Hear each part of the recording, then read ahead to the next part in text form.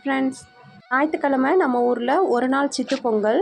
அதாவது கிராமத்து சைடில் ஒரு நாள் சாமி கும்பிட சித்து பொங்கல்னு சொல்லுவாங்க.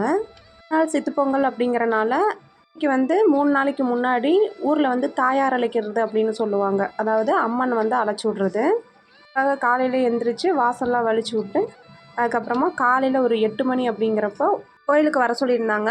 கோயிலுக்கு வர்றப்ப பார்த்திங்கன்னா ஒவ்வொருத்தர் வீட்டில் இருந்து ஒரு குடம் தண்ணியும் இல்லை மஞ்சளும் வேப்பிலையும் கலந்து கொண்டுட்டு வரணும். அதே மாதிரி பச்சை அரிசியை ஊற வச்சு மாவிடித்து சக்கரை போட்டு கொண்டுட்டு வரணும் அப்படின்னு சொல்லியிருந்தாங்க. இது எதுக்காக அப்படின்னா, ஊரில் அந்த சாமி கும்பிடப்ப ஊரில் இருக்க மக்களுக்கு யாருக்கும் அம்மா பார்க்கக்கூடாது அப்படிங்கிறதுக்காகவும், எந்த ஒரு பெரிய காரியமும் நடக்கக்கூடாது அப்படிங்கிறதுக்காக ஆதி காலத்திலேருந்தே இந்த மாதிரி பண்ணுவாங்களாமா.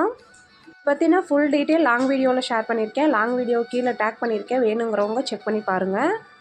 சாமியெல்லாம் கும்பிட்டு வந்தாச்சு. இன்றைக்கி காலையில் பிரேக்ஃபாஸ்ட் பார்த்திங்கன்னா இட்லியும் தேங்காய் சட்னியும் தான் செஞ்சுருந்தேன். அடுத்த ஒரு வீடியோவில் பார்க்கலாம்.